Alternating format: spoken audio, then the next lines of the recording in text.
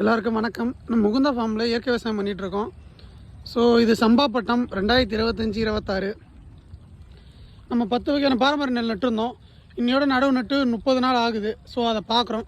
இது வந்து பிசினி வந்து ஒரு 2 கிலோ விதை போட்டிருக்கோம். இது வந்து கந்தகசாலா பயிர். இது எடுக்கிறதே ரொம்ப கஷ்டமாக போச்சு. நான் மிஷினை வச்சு களை எடுத்துட்டு அப்புறம் ஆளை வச்சு எடுத்ததுக்கப்புறம் தான் இப்போ நல்லா இருக்குது பயிர். அதுக்கப்புறம் தான் எடுத்துருக்கு. இது கந்தகசாலா. இது வந்து ரத்தனச்சுடி. நல்லா இருக்குது. இது நட்டதுலேருந்தே சூப்பராக இருக்குது. ரத்தனச்சுடி பார்க்க ரத்தசாலி மாதிரி இருக்கும், ஆனால் உள்ளே இருக்கிறது வெள்ளை அரிசி. இது ரத்தனச்சுடி. இது வந்து நீலம் சம்பா. நீலம் சம்பாவும் ரொம்ப நல்லா வந்திருக்கு ஆரம்பத்தில் இருந்தே. நீலம் சம்பாவுக்கு அப்புறம் இருக்கிறது லைசா. அது என்னன்னு தெரியல. இதுவும் லைசா தான், அதுவும் லைசா தான். ஆனால் என்னன்னு தெரியல, அந்த ஓரம் மட்டும் ஒழுங்காக பயிர் எடுக்கவே இல்லை. லைசா நம்ம மண்ணுக்கு செட் ஆகலையோ என்னவோ தெரியல. அதுக்கப்புறம் பார்த்தீங்கன்னா இது பால்குடல் வாழை. பால்குடல் வாழையுமே நல்லா வருது. அது நமக்கு எந்த பிரச்சனையுமே கொடுக்காது பால்குடல் வாழையை பொறுத்த வரைக்கும். அடுத்தது வாசனை சீரக சம்பா பார்க்க போகிறோம். இது வாசனை சீரக சம்பா பயிர். இது அந்தளவுக்கு எடுக்கலை, ஏன்னு தெரியல. இது பார்த்தீங்களா ஆனை கொம்பன். இது ஒரு 2 கிலோ விதை கொடுத்தாரு. ஆனை கொம்பன்லாம் சூப்பராக இருக்குதுங்க. வாசனை சீரக சம்பா, இடுப்பு சம்பா இதெல்லாம் தான் கொஞ்சம் கஷ்டப்பட்டு வருது.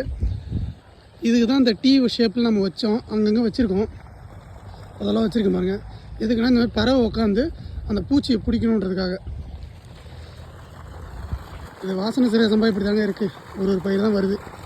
இது நம்ம இழுப்பு சம்பா பயிர். ஒரு பயிர் தான் வந்து. இது என்ன தான் படனே தெரியல எனக்கு. இழுப்பு சம்பா ரொம்ப கஷ்டம். இழுப்பு சம்பா பயிர் எடுக்கவே இல்லை. இந்த வாட்டி தண்ணி நிற்கிது, பயிர் அழுகி போகுதுன்னு பார்த்து வச்சா அப்பயுமே நிறைய பயிர் அழுகிடுச்சு.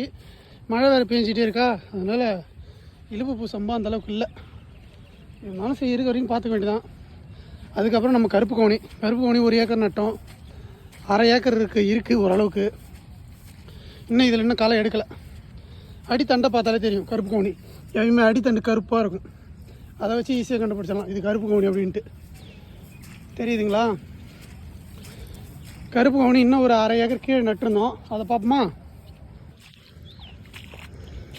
நம்ம எவ்வளோ தூரம் கத்தியும் ஒன்றும் இங்கே வேலை ஆகலை.